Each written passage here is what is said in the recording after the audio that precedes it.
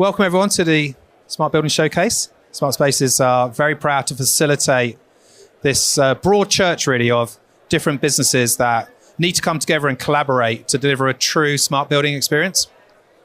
Right across the board, we have every way in which you might interface with both the building control systems, the security, the network, but also those human interactions that we all crave when we want to come out of our working from home trend and back to meet people, collaborate, and be, truly driving forward innovation. So Smart Spaces, our purpose is optimizing environments for people and the planet. And one of the things we recognized quite early on was we can't really deliver optimization of the environment without bringing the people with us on the journey. So nothing we do or anything I'm going to show you now that we've innovated, and we've got some references that some clients have kindly shared today, which I'm going to display to you. That's all been innovated by putting ourselves in the shoes of the end user.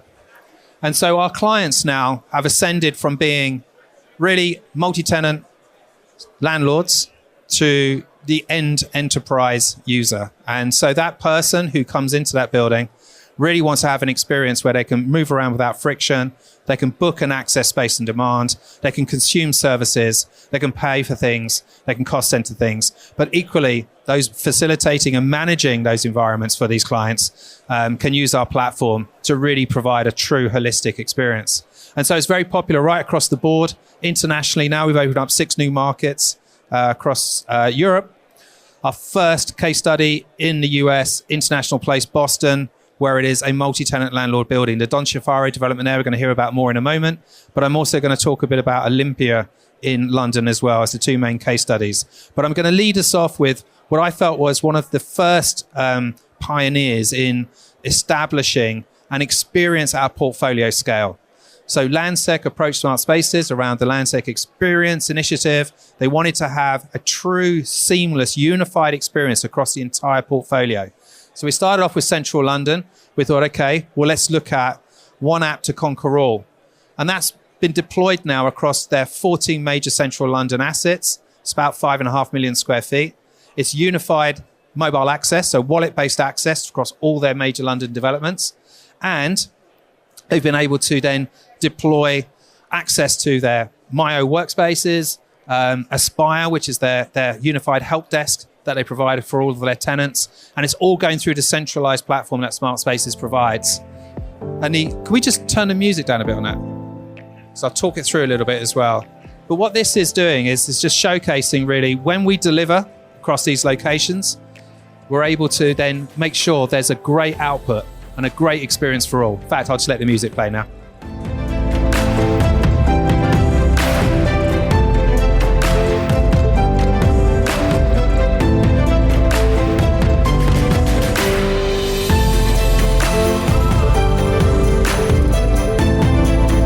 Never launch any software without donuts, by the way.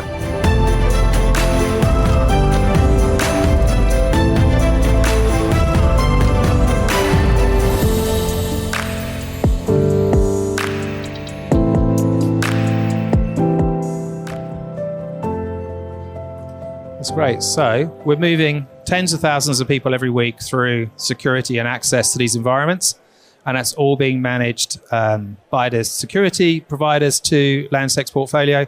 And that's in partnership with their security vendors, including the HID mobile access readers. So that is the starting point of when you think about placemaking. It's not always just one destination. It could be multiple destinations. And they want to create place at the heart of what they're doing with their experience across the board. And that then draws the attention internationally, because what London does really good is deliver experience. We're great at design. We're great at innovation. We're great at, understanding really what the user trends are and putting that into a service that people really want to interact with. And so International Place in Boston came to this event last year, maybe the year before, actually. It's always a little bit of a journey once people get an eye for Smart Spaces. But they said, look, we're going through a major fit out and refurbishment of the Don Cifaro development, P-Gym backed now, the major Skyline asset, Boston on the water. And there's a $100 million investment that they're making. And they select Smart Spaces because they want a centralized platform at the core that's going to deliver exceptional customer experience. And of course, rather than hear it from me, you can hear it from Superman himself. I'm Ryan Barrett. I work with the Shafaro Company, and I handle the leasing efforts here at International Place. International Place is comprised of two high-rise towers, and together they stand as a prominent piece of the Boston skyline. Over the last 18 months or so, we've been underway on a $100 million renovation that's really revolving around modernizing the building, amenitizing the building. We're currently constructing a 25,000 square foot amenity space that's exclusively for our tenants that really covers the full gamut from various conference rooms, podcast rooms, golf simulators, full service bar, just a testament to our commitment to the overall tenant experience. Smart Spaces is a very user-friendly and all-encompassing platform that just makes the tenant experience a lot more seamless. Looking at our tenant roster at International Place, there are a lot of successful attorneys, a lot of successful professionals that are in financial services, and they're incredibly busy throughout the day. In order to streamline property management related or building related questions that they may have, they can just easily access it through the Smart Spaces application. It's a lot of feedback that we've been getting from our tenants and the brokerage community as well. Smart Spaces has a great reputation, and whenever I'm touring prospective tenants, they're definitely excited to hear about the implementation of Smart Spaces and coming to International Place. Post-COVID, when a lot of landlords are kind of taking a step back and waiting for the dust to settle, in classic Shafaro Company fashion, we're being bullish, moving forward and investing a large amount of capital in not only the building, but also the future of Boston. Since COVID and just the ambiguity of the office market, right, hybrid and fully remote models that a lot of companies have been implementing, that's definitely made it a lot more challenging, a lot more competitive. You're not just going to work at a workstation for 8 to 10 hours a day. We need to provide various amenities like a golf simulator and F1, driving cars and full service bars and roof decks that are exclusive for tenants. That's been the game changer. And brokers and prospective tenants have been very transparent. They want to see these amenities. They also want more food options and upscale retail. And I think just having a building application just makes the overall tenant experience more fulfilling. Going into the office these days, you need a little bit more of an experience, rather than just sitting at your desk all day. Hearing it directly from the horse's mouth here, it's all about experience and, how our platforms can connect the end user to those investments in their real estate. And so we're looking here now at, a movement towards really what is only best described as an entertainment district. So this sort of journey of smart buildings and how we've been able to work with clients and individual assets across entire portfolios to now looking at substantial investments. One of Europe's biggest regeneration projects. It's hotels. It's a new public school. It's London's first new theatre in over 100 years, if not longer. The exhibition halls from the Victorian era, perfectly reimagined for, contemporary experience. And there's over 500,000 square feet of commercial offices. And so, that's a huge investment. It's over 1.3 billion. It's over multiple years. And we were there at the ground, writing the technical specifications for the smart enablement, for what the main contractor would take on board, what they would, expect to deliver. So when the keys are handed back to our client, we can come in and we can deploy our software. But then that's just with regards to the building infrastructure. Beyond that is all the cloud services. It's designed to have a centralized EPOS system, an electronic point of sale that's managed through Oracle Symphony. So every interaction with the built environment at Olympia will be based on using our application to both book and pay for events, services, experiences. And if you're working in the commercial offices, you can have wallet-based access, you can have joined-up security, you can have all the other wonderful resource booking tools like room and space reservation. And so what do you do? Where do you start? There's an awful lot to connect.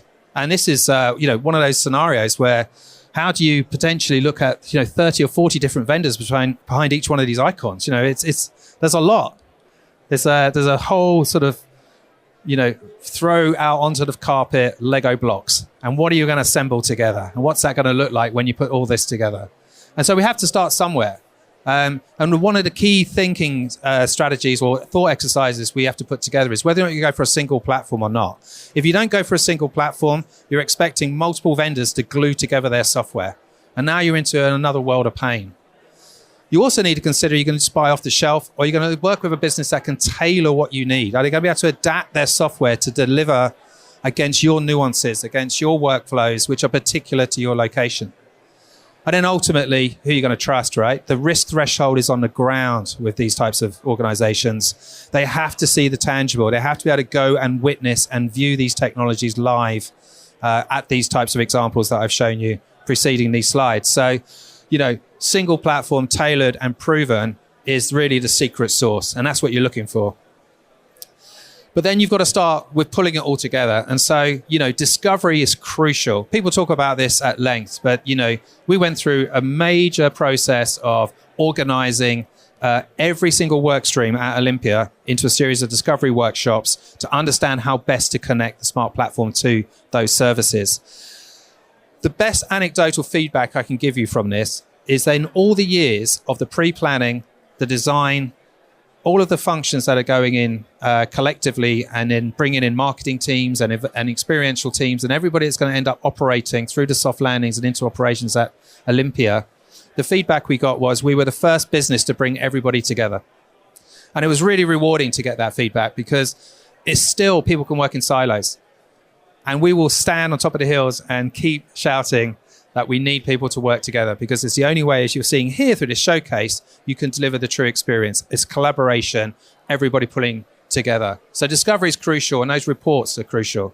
And then we need to give people some levity quite quickly. We need something that's tangible quite quickly. And the application that's live right now for Olympia is being explored to promote all of the services that are available publicly. And then, before we move into the commercial office space, what do you do when you arrive? How do you interact? So we want to create the tangible, make sure people can connect to the service, create their profiles and preferences, and then be able to securely pay for services and access services. You want to be able to track and monitor everything, of course. Dashboards as we know them today, part of this event is about launching Space Agent. It's about understanding that the user interfaces that we understand today are changing, and we're going to start using natural language querying of the software and the technology that's available to us. So all of this is still great and it's still what's used today, but you're going to hear more on Space Agent as we go through this event. And then you want a surprise. So these human interfaces now are changing in the way in which we communicate. So you can use voice, you can query through questioning, but at Olympia of Hello Olympia, and that is the public's ability to just large language model query what's happening at that location. You can ask any question, it will return any result that's publicly available.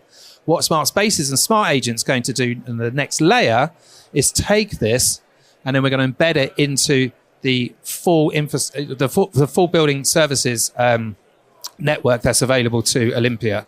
So we're one level, you're just querying what's happening, what events are on, how do I get there, what can I do? And the next one is, how do I occupy the space? How much energy am I running? And that's where Space Agent is going to come in. And that's what attracts major global brands. So Premier League have selected Olympia as its new home for its studios.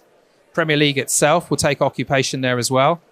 But, it's a 6 billion turnover enterprise now, through TV rights. It's huge. And they have taken a major floor plate, 75,000 square feet.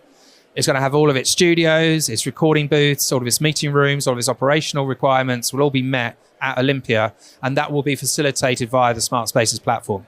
So the niche we find ourselves in is connecting the landlord built environment to the operational needs of every occupier and making sure that there's no gaps between. So you have a seamless experience from arrival to access to all services, space, payments, anything you can think of will go through a centralized platform. And that's what gives us the unified smart building experience with the help of everybody that's in this showcase.